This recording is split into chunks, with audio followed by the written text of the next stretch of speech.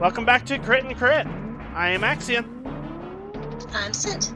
and we are continuing through Final Fantasy V and our discussion of Harry Potter and the Half-Blood Prince. Today we are talking about what the esteemed YouTuber Brian David Gilbert refers to as a bad choice for a war. Child soldiers. So, as we unravel this topic, who do you think I'm talking about? Me? I'm pretty obvious that it's talking about all the students at Hogwarts. There's a couple in particular, though. Well, that would be mostly Harry. And Malfoy. Okay, yeah.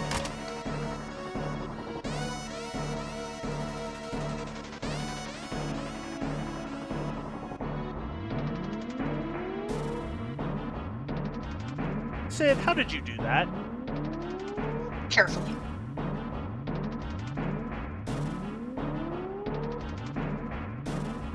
So,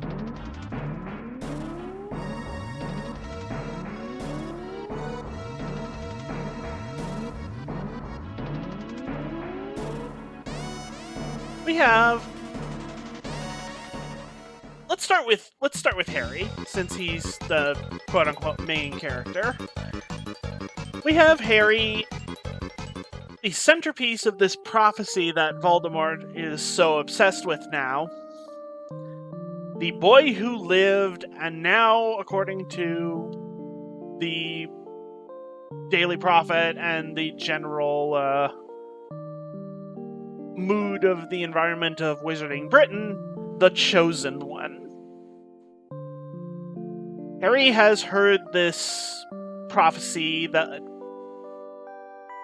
was made about, well, potentially about him, as we went over last book. It could have also been about Neville Longbottom, but Voldemort decided the Potters were the bigger threat.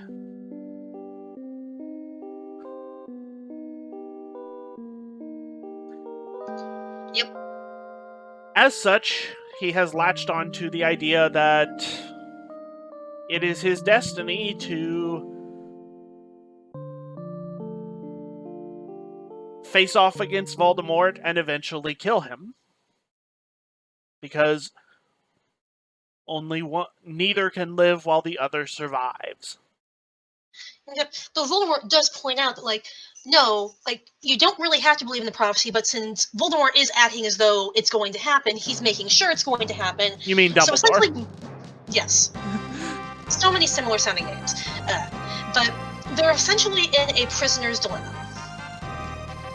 If Harry does not act like the prophecy is true, then, well, Voldemort's going to, and he'll just steamroll over Harry. So Harry has to prepare as if the prophecy is true, which means he has to behave as though it is. Yep.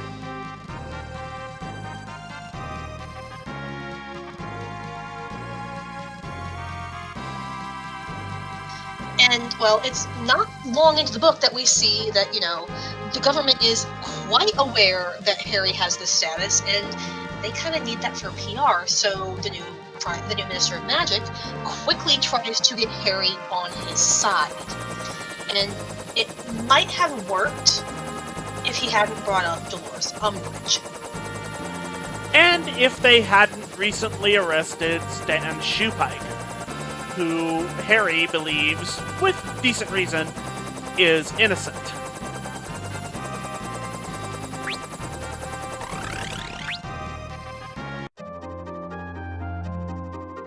And thus,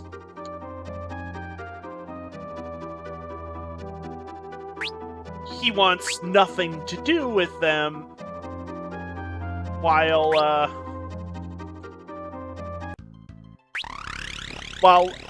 those two factors are still in play.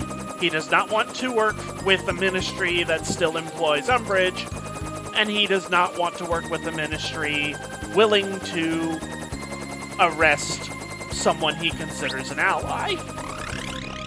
Especially when he has every reason... Not even an ally, just an innocent. Exactly. Especially when he has reason to believe that he's innocent.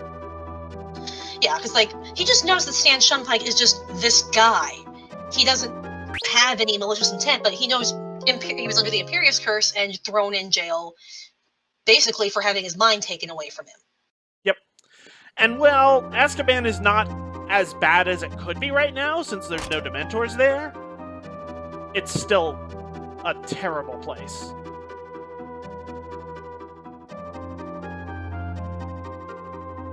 Yay, we're on a timer.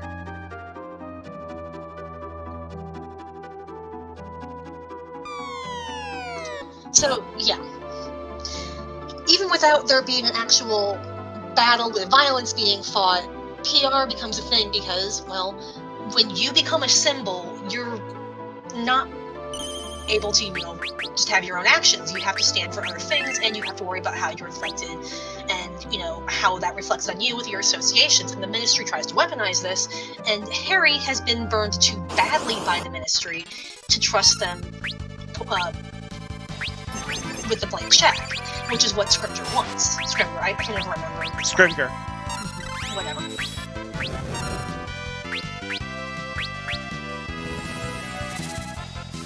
So, yeah, that doesn't go over well, but Dumbledore does very readily take Harry under his wing to turn against Voldemort.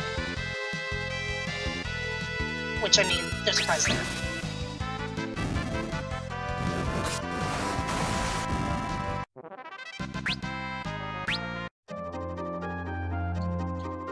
And Scrimger tries to do this multiple times.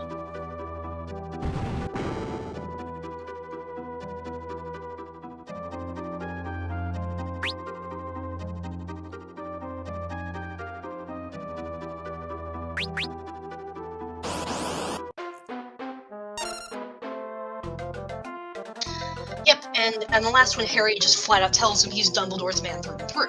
Well, actually, Scrimger accuses him of that, and Harry says, yeah, basically. Which kind of raises the question of, is that any better? Like, you're still being used by an adult as a child for a conflict that should not be yours. Like, Harry's 16. Yeah. What 16-year-old should have the fate of the world resting on their shoulders? He can't even get his homework turned in on time. He still goes to detentions. Speaking of which, the second time Scrimger tries to get to Harry, Harry just shoves his hand in his face where he still has the scars of where Umbridge made him write in his own blood on his own hand. Yep.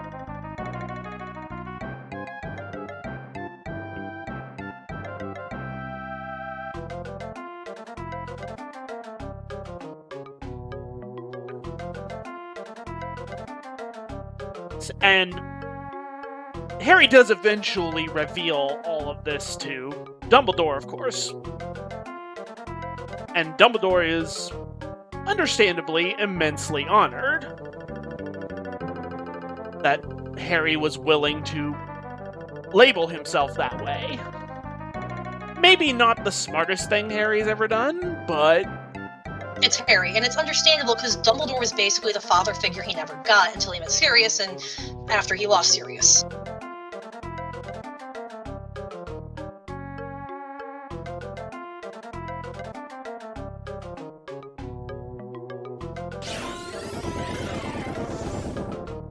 So it's kind of understandable that, Harry would drift toward Dumbledore, even as Dumbledore is putting him in harm's way in a very, very real way. And Harry does seem to be, at least on some level, aware of that. So, on the other side of the equation, though, we have Malfoy, who is in a very similar position. Two fairly powerful role models of Malfoy's have put him into dead center of this conflict. His mother believes as a direct punishment because of his father's failure. As remember, Lucius Malfoy got caught at the end of the prior book and put in Azkaban. So the family's in disgrace, and Voldemort is very displeased with the Malfoys. So she believes that he's setting Malfoy up to get killed as revenge, which is honestly petty enough. I was about to say, not an unreasonable conclusion given everything we have seen of Voldemort's actions thus far. He is the kind of person, the kind of entity who will be willing to take that kind of petty action. Yep.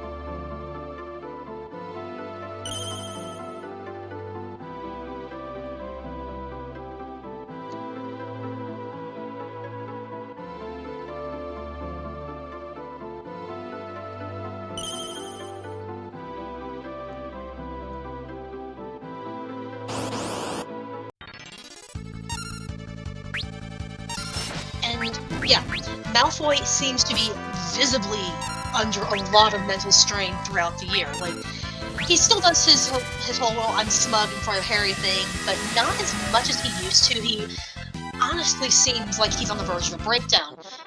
Moaning Myrtle even mentions that he's been coming to see her and crying because he doesn't know what to do.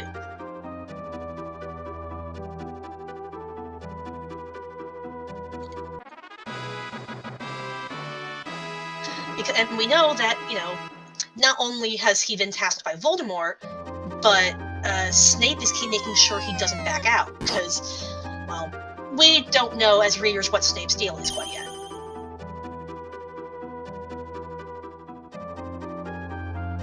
Also, Snape is on the hook for whatever Malfoy doesn't do. Yep, which is how Harry finds out about the unbreakable bond. So, yeah, Harry and Malfoy have both been given a task that no one their age should be forced to carry by adults in greater positions of power who, if anything, should be able to handle this instead of shoving it off on a couple of teenagers who are not equipped to deal with it. And they're both the worse off for it. It does turn very, very literally bloody when Harry tests out the Second Emperor spell on Malfoy that he sees in the book without knowing what it does. And it is very bad. And there's a reason that Snape gets so upset about it, as we find out Snape is the Half-Blood Prince. He's a half-blood and his mom's last name is Prince.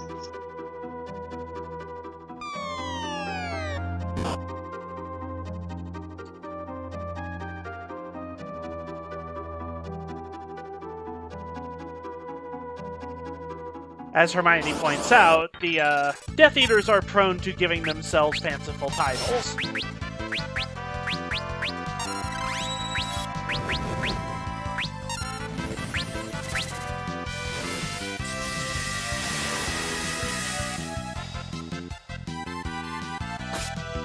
Which possibly could have been a hint as to... Yep. If a possible Death Eater with a flair for the dramatic and a very, very clear talent at potions, I wonder who it could be. In hindsight, it's really freaking obvious. Yep. But a lot of things are in hindsight. Yep.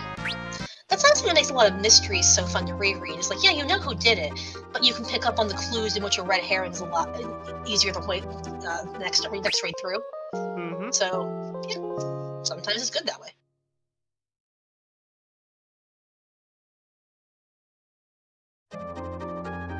And it's not just these two, though, they are the primary ones. We have the remnants of Dumbledore's army and Malfoy's cronies of Crabbe and Goyle, who are, roped into this conflict on their behalf. Crabbe and Goyle actually get a bit of sympathy this time around, as while Malfoy is doing his thing with the cabinet in the Room of Requirement, he's having Crabbe and Goyle being his lookouts. But to avoid excess suspicion, he's having them do so using Polyjuice Potion to constantly change their appearance. And can we just point out that when Polyjuice Potion was introduced, it was said to be this really, really difficult potion to make that was so hard to get a hold of the ingredients, and we've seen it in almost every book since then. Well, to be fair, in this book, they stole it from Professor Slughorn, so they didn't have to take the time or effort to do it themselves. Oh, I know. It's just one of those things where kryptonite is this really rare substance, but every villain has some.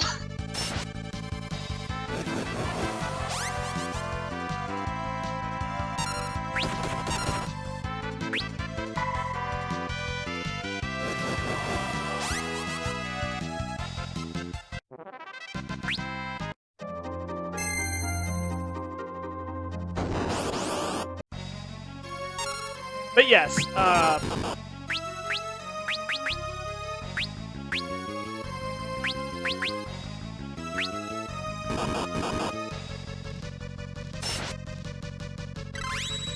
this actually comes back a bit to what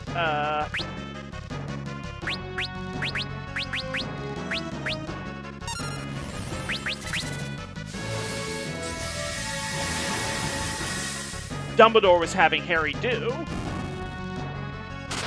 in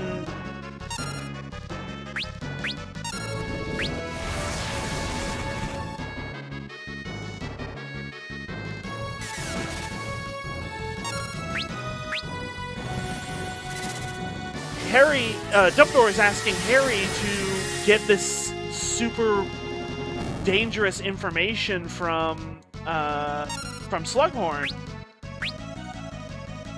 and to discuss these extremely dangerous subjects with a powerful wizard and, of course, school teacher who is not particularly inclined to discuss the subject.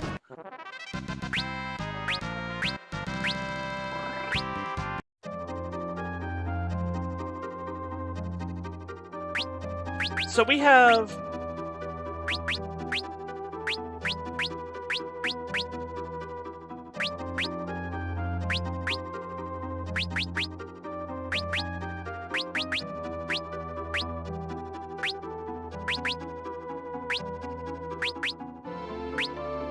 these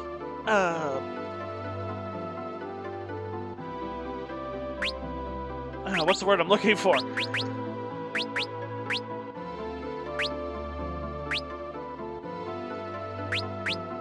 Could not tell you because I don't know where you're going with this. We have Dumbledore asking Harry to look into these dangerous subjects and these situations where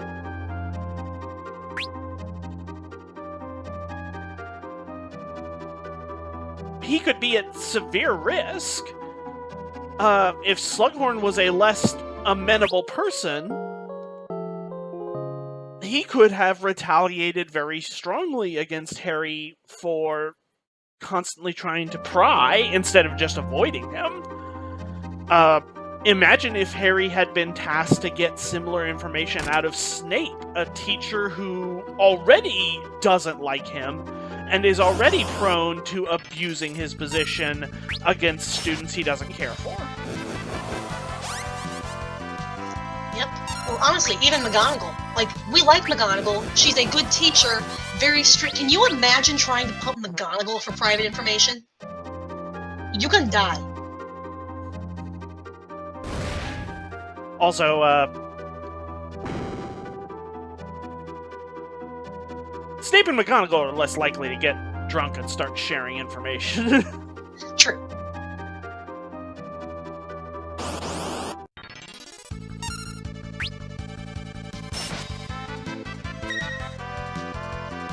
But, point being,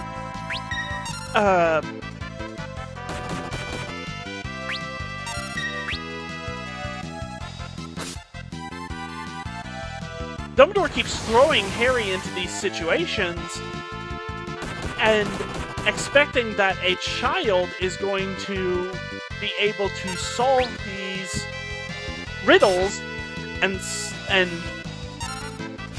deal with these problems.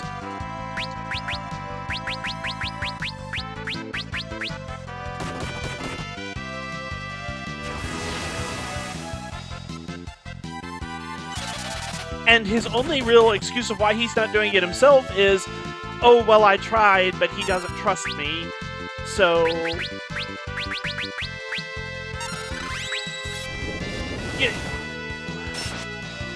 Which, let's be fair, could be quite valid because Dumbledore does not always do subtle quite well, and Slughorn is very, very, very suspicious of Dumbledore's flattery. Yeah. Yeah, I'm not saying that Slughorn doesn't have a reason to react the way he does. Yeah, I'm just saying, like, it is perfectly believable that he will not tell Dumbledore anything else.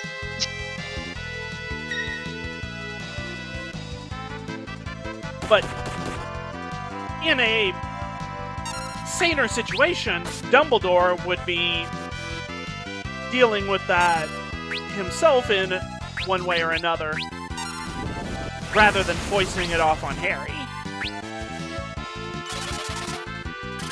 Yeah, or, you know, finding another helper. Like, hey, McGonagall, can you go talk to Slughorn for me?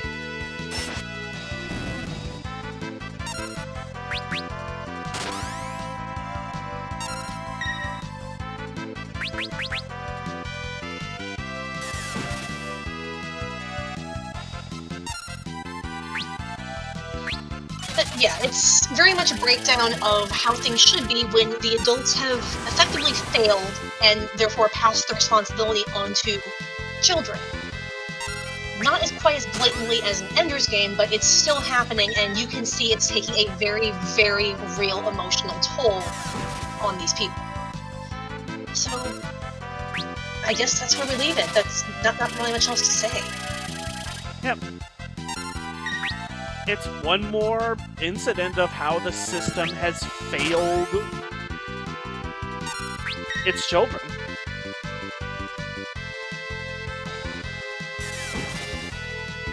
This school is supposed to be a safe haven for the students that go there. And even disregarding the threat of Voldemort and the Death Eaters, disregarding the challenges and the dangers that are made by having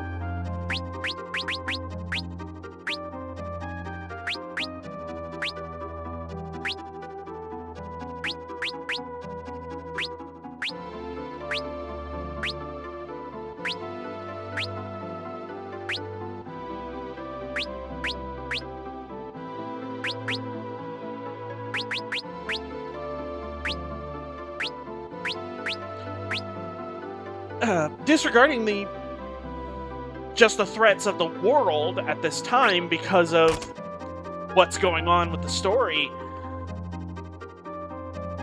Harry hasn't been safe in the school since year 1.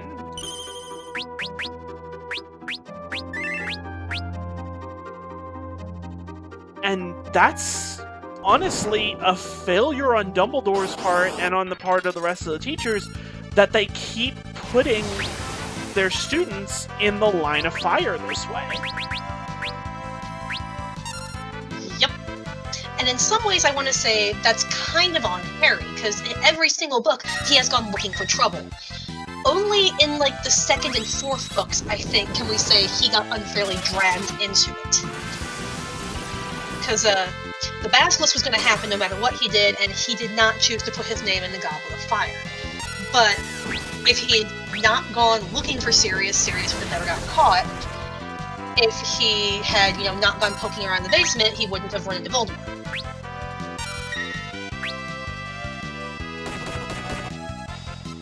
There's definitely a part that Harry's own stubbornness and need to be a hero plays in this, but there is also just... he should not have been able to get into these troublesome situations in the first place. If the school was doing what they should have been to keep their students safe, these things would not have been a risk to begin with.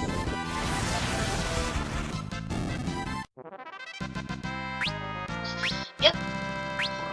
And honestly, I don't really have anything more to add on that.